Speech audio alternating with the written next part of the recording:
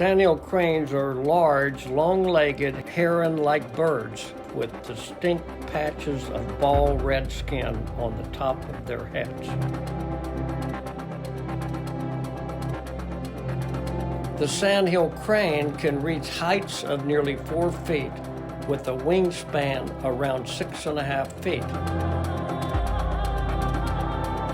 Within 24 hours of hatching, the young are capable of following their parents away from the nest. At 2 years old, bonding between a pair begins and will last for life.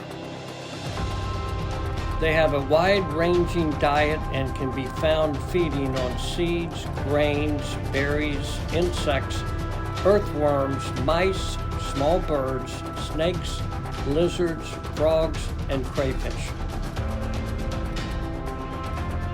They live to be older than most birds, some reaching 20 years old.